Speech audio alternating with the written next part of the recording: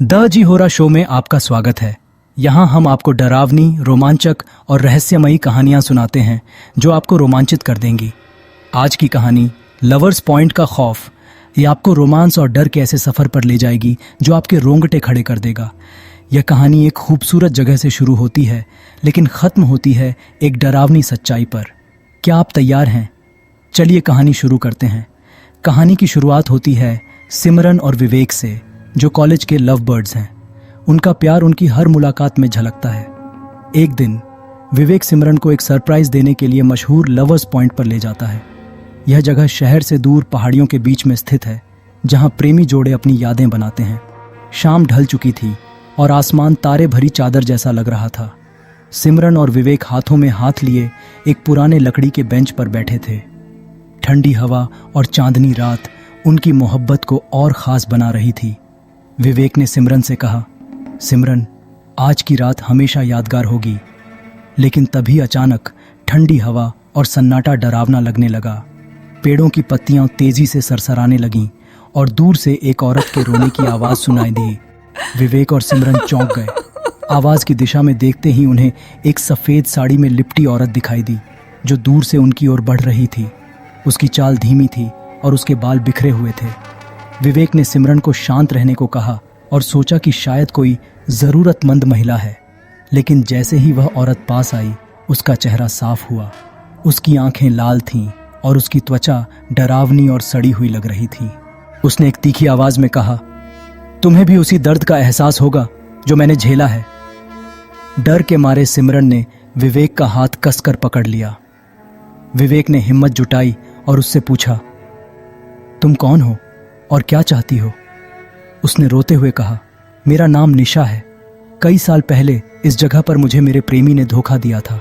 उसने मेरा प्यार जताकर मुझे यहाँ बुलाया और धक्का देकर इस पहाड़ी से नीचे गिरा दिया। तब से मेरी आत्मा इस लवर्स पॉइंट पर भटक रही है। मैं हर उस जोड़े को सजा देती हूँ जो यहाँ प्यार करने आता है। सिमरन और विवेक डर के मारे एक दूसरे को देख रहे थे। निशा की आत्मा अब हवा में उठ गई और जोर से चीखने लगी। सिमरन ने अपनी सूझबूझ से निशा से कहा, तुम्हारे साथ जो हुआ वह गलत था, लेकिन हर प्रेमी जोड़ा तुम्हारे प्रेमी जैसा नहीं होता। हमें सजा देने से तुम्हें कुछ नहीं मिलेगा। विवेक ने अपनी जेब से एक छोटी सी भगवान की मूर्ति निकाली और निशा की आत्मा को शांति प्रदान करने की प्रार्थना की। धीरे धीरे निशा की चीखें कम होने लगीं। उसने रोते हुए कहा, शायद तुम सही हो, मुझे अब अपने बदले की आग से बाहर आना होगा। निशा की आत्मा एक तेज चमक के साथ गायब हो गई। सिमरन और विवेक ने चैन की सांस ली। अगली सुबह दोनों ने उस जगह पर फूल चढ़ाकर प्रार्थना की और निशा की आत्मा को शांति देने की कोशिश की। लेकिन जाते जाते एक ठंडी हवा ने फिर से सिमरन के कानों में फुसफुसाते हुए कहा, मेरी कहानी अब भी अधूरी है। अगली सुबह सिमरन और विवेक दोनों अपने हॉस्टल लौट आए, लेकिन निशा की आवाज़ और उसका चेहरा सिमरन के मन से जा ही नहीं रहा था। विवेक ने उसे समझाया, शायद यह हमारी कल्पना का खेल था। हमें इसे भूलकर अपनी पढ़ाई और भविष्य पर ध्यान देना चाहिए। लेकिन सिमरन के मन में एक सवाल बार बार उठ रहा था, क्या निशा की आत्मा वाकई शांत हो गई थी? कुछ दिनों बाद सिमरन और विवेक के साथ अजीब घटनाएं होने लगीं। सिमरन जब भी आईने के सामने जाती, उसे आईने में निशा का चेहरा दिखाई देता। विवेक को रात में अपनी खिड़की के बाहर किसी के कदमों की आवाज़ सुनाई देती। उनके फ़ोन पर अज्ञात नंबरों से कॉल आने लगी और कॉल पर सिर्फ एक ही आवाज़ होती, लवर्स पॉइंट पर वापस आओ। डर के मारे विवेक और सिमरन ने फैसला किया कि उन्हें फिर से लवर्स पॉइंट जाना होगा और पता लगाना होगा कि निशा की आत्मा को शांति क्यों नहीं मिली। वे दोनों एक पंडित जी से मिले, जिन्होंने कहा, उस आत्मा का बदला अधूरा है। उसके दर्द की जड़ को ख़त्म किए बिना उसकी शांति असंभव है। पंडित जी ने उन्हें एक यज्ञ और मंत्रों का सहारा लेने को कहा। उन्होंने एक धागा दिया जिसे दोनों को अपनी कलाई पर बांधने को कहा, ताकि निशा की आत्मा उन पर हमला न कर सके। जब वे दोबारा लवर्स पॉइंट पहुंचे तो रात का अंधेरा घना था। अचानक निशा की आत्मा फिर प्रकट हुई। इस बार उसकी आंखों में गुस्से के साथ दर्द साफ दिख रहा था। उसने चीखते हुए कहा, तुम फिर लौटे हो? क्या तुम भी मुझे धोखा देने आए हो? सिमरन ने हिम्मत जुटाई और पूछा, निशा, तुम्हारी आत्मा को अब तक शांति क्यों नहीं मिली? हम तुम्हारी मदद करना चाहते हैं। निशा ने रोते हुए कहा, मुझे मेरे प्रेमी अरुण ने धोखा दिया। उसने मुझे धक्का देकर मार डाला, लेकिन मेरी आत्मा तब तक भटकती रहेगी जब तक उसकी सच्चाई सबके सामने नहीं आएगी। अचानक झाड़ियों के पीछे से एक बूढ़ा व्यक्ति बाहर आया। वह अरुण ही था, जो अब एक तांत्रिक बन चुका था। उसने चीखते हुए कहा, तुम्हारी आत्मा कभी शांत नहीं होगी निशा, मैं तुम्हें हमेशा के लिए इस दुनिया से मिटा दूंगा। विवेक ने तुरंत पंडित जी द्वारा दिया गया मंत्र पढ़ना शुरू किया। निशा और अरुण के बीच एक भयंकर टकराव हुआ। अरुण की तांत्रिक शक्तियां निशा की आत्मा को रोकने की कोशिश कर रही थीं, लेकिन विवेक और सिमरन की प्रार्थनाओं और मंत्रों ने निशा को ताकत दी।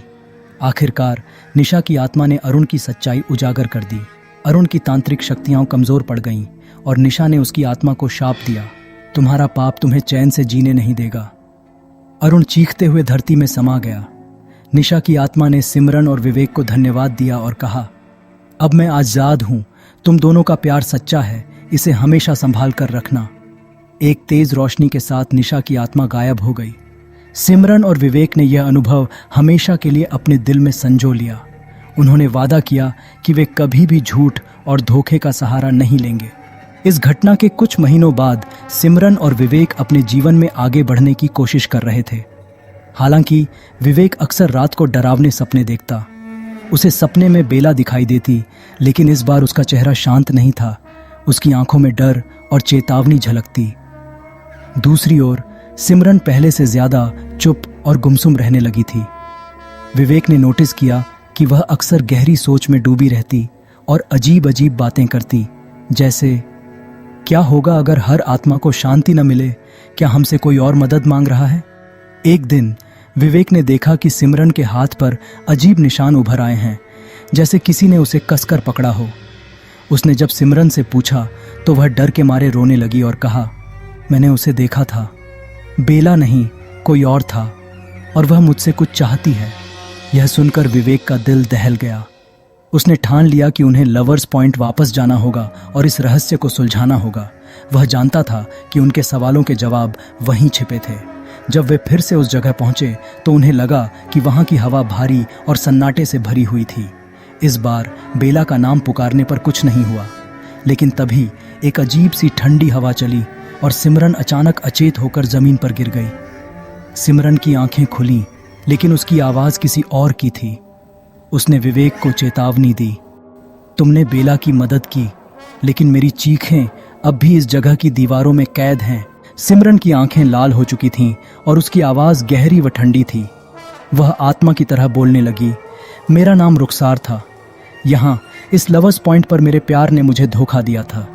उसने वादा किया था कि वह मुझे अपनाएगा, लेकिन उसी रात उसने मुझे धक्का दे दिया। मेरी आत्मा इस जगह से कभी आजाद नहीं हो पाई। सुनते ही विवेक के रोंगटे खड़े हो गए। उसने आत्मा से पूछा, हम तुम्हारी मदद कैसे कर सकते हैं। रुखसार की आवाज गूंजी, मुझे इंसाफ चाहिए। मेरी कहानी दुनिया को बताओ और उस शख्स के वंशजों को इस गुनाह का एहसास दिलाओ, तभी मैं शांति पा सकूंगी। विवेक ने तय किया कि वह इस गुत्थी को सुलझाने के लिए रुखसार की कहानी का सच जानेगा। उसने आत्मा से पूछा कि वह किसे खोजे। रुखसार ने कहा, उसका नाम रणवीर था। विवेक और सिमरन गांव पहुंचे। वहां उन्होंने पुराने लोगों से पूछताछ की और पता चला कि रणवीर की मौत के बाद उसकी पीढ़ियां अब भी गांव में रहती हैं। विवेक ने जमींदार परिवार से संपर्क किया, लेकिन जैसे ही उन्होंने रुखसार का नाम लिया, घर के सबसे बुजुर्ग व्यक्ति के चेहरे का रंग उड़ गया। उस बुजुर्ग ने डरते हुए कहा, यह नाम मत लो। मेरे दादा रणवीर ने रुखसार के साथ जो किया वह हम सब के लिए अभिशाप बन गया। तब से हमारे परिवार पर मुसीबतें ही आती रही हैं। अब समय है कि आप इस अन्याय को स्वीकार करें और उसकी आत्मा को मुक्त करें। बुजुर्ग व्यक्ति विवेक और सिमरन के साथ लवर्स पॉइंट पर गया। उन्होंने वहां रुखसार के लिए प्रार्थना की और उसका सच मान लिया। यह कहते हुए बुजुर्ग ने माफी मांगी, रुखसार, हम पर किए गए अन्याय के लिए क्षमा करो। तभी सिमरन के अंदर से आत्मा ने कहा, मुझे इंसाफ मिल गया, अब मैं शांति से जा सकती हूँ। सिमरन बेहोश होकर गिर पड़ी। जब वह उठी तो उसकी हालत पहले जैसी सामान्य थी। विवेक और सिमरन को एहसास हुआ कि उन्होंने एक आत्मा को मुक्त कर दिया है। जब वे वहां से लौट रहे थे तो उन्हें ऐसा लगा जैसे लवर्स पॉइंट की हवा पहले से हल्की और शांत हो गई हो। विवेक और सिमरन ने एक दूसरे की ओर देखा और फैसला किया कि अब से वे हर आत्मा की मदद करेंगे जो न्याय के लिए पुकारे। रुखसार की आत्मा ने विवेक और सिमरन से कहा, यह सब अधूरा है। मुझे न्याय तभी मिलेगा जब रणवीर के परिवार के खून का कोई वंशज मेरी हत्या वाली रात की सच्चाई का सामना करेगा। सिमरन ने डरते हुए कहा, लेकिन वह कैसे होगा? रुखसार बोली, उसे उसी जगह आना होगा जहां उसने मेरी जान ली थी। विवेक ने जमींदार परिवार के सबसे बुजुर्ग ठाकुर साहब को लवर्स पॉइंट आने के लिए मजबूर किया। ठाकुर साहब ने कई बार मना किया, लेकिन विवेक ने चेतावनी दी कि अगर वह नहीं आए तो उनकी जिंदगी भर अंधेरे में गुजर जाएगी। लवर्स पॉइंट पर घना अंधेरा छा गया। सिमरन और विवेक ने रुखसार के लिए मोमबत्तियां जलाईं। ठाकुर साहब डर के मारे कांप रहे थे। जैसे ही घड़ी रात के 12 बजे अचानक तेज हवा चलने लगी और पेड़ों की डालियां डरावने तरीके से हिलने लगीं। ठाकुर साहब ने हकलाते हुए कहा, मुझे माफ कर दो, मैं कुछ नहीं जानता। रुखसार की चीखती आवाज हवा में गूंजी, सच बोलो, उस रात क्या हुआ था? साहब चिल्लाने लगे, हाँ, मेरे दादा ने तुम्हें मारा था। वह अपनी इज्जत बचाने के लिए किसी भी हद तक जा सकते थे। तुमसे प्यार करने का नाटक सिर्फ उनका स्वार्थ था। उन्होंने तुम्हें धक्का दिया और तुम्हारी लाश को वहीं छोड़ दिया। जैसे ही रुखसार की आत्मा गायब होने लगी, सिमरन अचानक जमीन पर गिर पड़ी और उसकी आंखें सफेद हो गईं। विवेक ने उसे जगाने की कोशिश की, लेकिन सिमरन की आवाज बदल गई। वह गहरी, डरावनी आवाज में बोली, यह खत्म नहीं हुआ। यहां और भी आत्माएं हैं जो न्याय की मांग करती हैं। ठाकुर साहब ने घबराकर विवेक से कहा, यह जगह अभिशप्त है, हमें इसे छोड़ देना चाहिए। लेकिन तभी पास की झाड़ियों से अजीब अजीब परछाइयां बाहर आने लगीं। हर परछाई किसी आत्मा की थी जो न्याय के लिए तड़प रही थी। लवर्स पॉइंट की जमीन दरकने लगी और आवाज आई, तुम इंसान हमारे गुनहगार हो। रुखसार की आत्मा पूरी तरह प्रकट हुई। उसकी आंखें अंगारे की तरह जल रही थीं और उसका चेहरा भयावह लग रहा था। उसने ठाकुर साहब की ओर देखा और कहा, तुमने मेरे साथ जो किया उसका फल तुम्हारे परिवार ने भुगता, लेकिन अब मैं तुम्हें माफ करती हूं ताकि मेरा अभिशाप तुम्हारे वंश को न डुबो दे। विवेक ने हिम्मत जुटाई और चिल्लाया, हम आपकी मदद करेंगे, लेकिन हमें यह जगह छोड़ने दें। अचानक सब कुछ शांत हो गया। आत्माएं हवा में गायब हो गईं और सिमरन होश में आ गई। विवेक और सिमरन ने ठाकुर साहब को वहां से सुरक्षित बाहर निकाला, लेकिन जब उन्होंने लवर्स पॉइंट से बाहर निकलने की कोशिश की तो जंगल में उनका रास्ता बार बार बदलने लगा। एक बार फिर दूर से रुखसार की धीमी आवाज आई, तुमने मेरी मदद की, लेकिन अब यह जगह तुम्हारी नहीं रही। अगली सुबह लोगों को लवर्स पॉइंट के पास विवेक, सिमरन और ठाकुर साहब की कार मिली, लेकिन अंदर कोई नहीं था। लोग अब भी यह मानते हैं कि लवर्स पॉइंट की आत्माएं उन तीनों को अपनी दुनिया में खींच कर ले गईं। क्या आप मानते हैं कि ऐसी जगहें वाकई अभिशप्त हो सकती हैं? क्या आत्माओं को सच में इंसाफ चाहिए? अपनी राय हमें कमेंट्स में बताएं। अगर यह कहानी आपको रोमांचित और भयभीत कर गई हो तो इसे लाइक करें, शेयर करें और हमारे चैनल अजी होरा शो को सब्सक्राइब करना न भूलें। अगली बार फिर मिलेंगे एक और रोंगटे खड़े कर देने वाली कहानी के साथ।